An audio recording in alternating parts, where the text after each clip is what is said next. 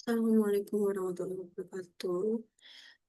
Perkenalkan, nama saya Naira Ariela Ramadhani, biasa dipanggil Naira, dari kelas TI 0701 dengan NIM 1020 524.078.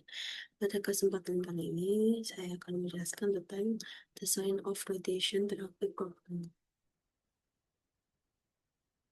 yang merupakan salah satu contoh penerapan model linear programming dalam bidang kesehatan, khususnya terapi radiasi pada pasien kanker.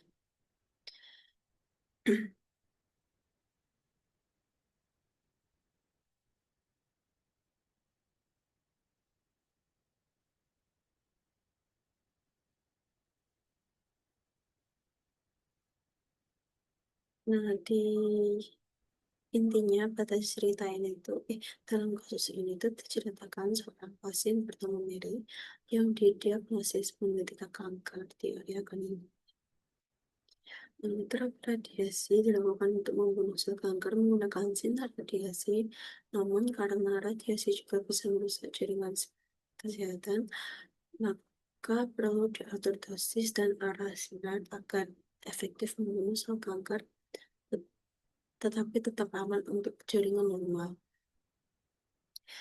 Nah, di sini peran penelitian operasi yaitu untuk menentukan kombinasi intensitas sinar terbaik menggunakan metode linear programming.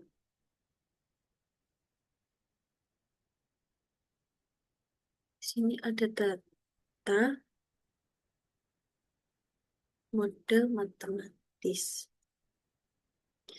Di sini kita menggunakan dua variabel. Yang pertama X1 sebagai untuk dosis pada titik masuk sinar pertama dan X2 untuk dosis pada titik masuk sinar kedua dalam kilowatt. Di sini ada fungsi tujuan. Tujuannya adalah meminimalkan total dosis yang diserap oleh jaringan sehat, yaitu Z sama dengan 0,4 X1 plus 0,5 X2. Ada tiga pembatas. Yang pertama 0,3 X1 plus 0,1 X2 kurang dari 7. Yang kedua 0,5 X1 plus 0,5 X2 sama dengan 6. 0,6 X1 plus 0,4 X2 kurang lebih dari 6. Lalu pembatas non negatifnya X1 dan X2 lebih dari 6.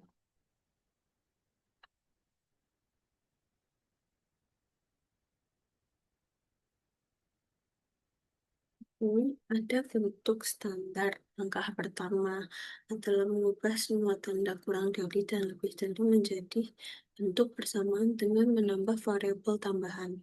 Untuk pembatas pertama yang bertanda kurang dari, kita tambah variabel slack atau X3. Sedangkan pembatas ketiga yang bertanda lebih dari, kita tambahkan variabel surplus atau X4. Hasilnya jadi 0,3 X1 plus 0,1 X2 plus X3 sama dengan 7. Lalu 0,5 X1 plus 0,5 ini tetap. Lalu pembatas ketiga 0,6 X1 plus 0,4 X2 min X4 sama dengan 6. Lalu masuk ke bentukan unik, yaitu metode dua fase atau variabel artifisial. Di sini kita tambahkan variabel artifisial yaitu X5 dan X6 untuk persamaan yang perlu nilai awal, sehingga model siap diolah dengan metode sintaks. Yang ditambah itu pembatas 2 dan pembatas 3. Yang 0,5 X1 plus 0,5 X2 plus X5 sama dengan 6. Lalu pembatas 3-nya 0,6 X1 plus 0,4 X2 min X4 plus X6.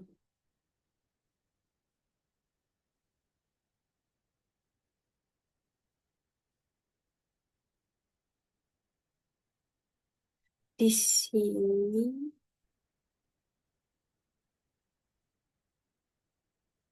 kita lanjut ke metode simplaksnya.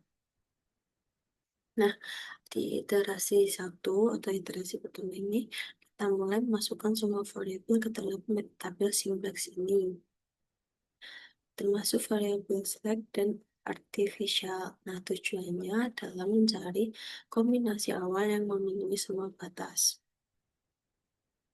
Dari tabel ini, kita bisa lihat bahwa masih ada nilai negatif pada baris Z yang di garis kuning ini. Ini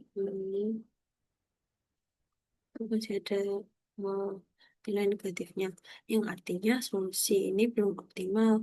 Maka kita harus melakukan iterasi berikutnya untuk memperbaiki solusi optimal.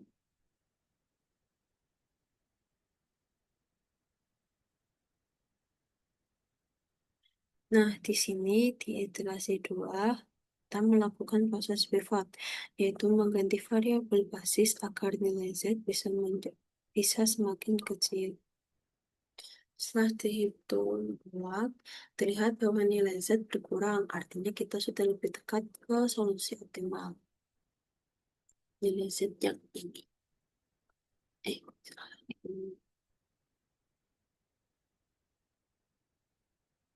Namun, pada iterasi 2, masih ada elemen negatif di baris fungsi tujuan, jadi kita harus lanjut ke iterasi 3 untuk mencari solusi optimalnya.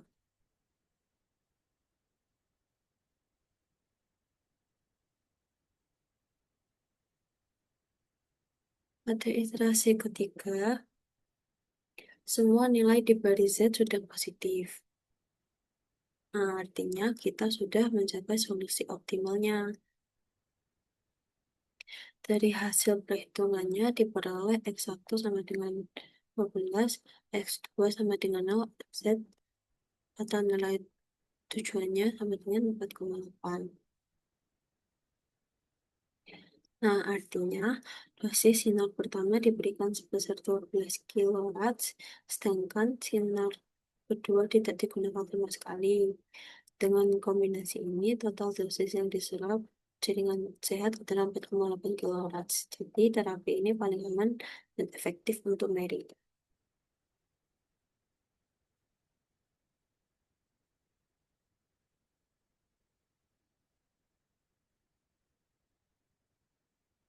Nah, di sini kesimpulannya, untuk mendapatkan terapi yang paling optimal bagi Mary, sinar pertama diberikan sebesar 12 kilowatt, sedangkan sinar kedua tidak digunakan. Dengan kombinasi ini, dosis radiasi yang diserap jaringan sehat paling kecil, tetapi tetap cukup untuk melanjutkan sang kanker.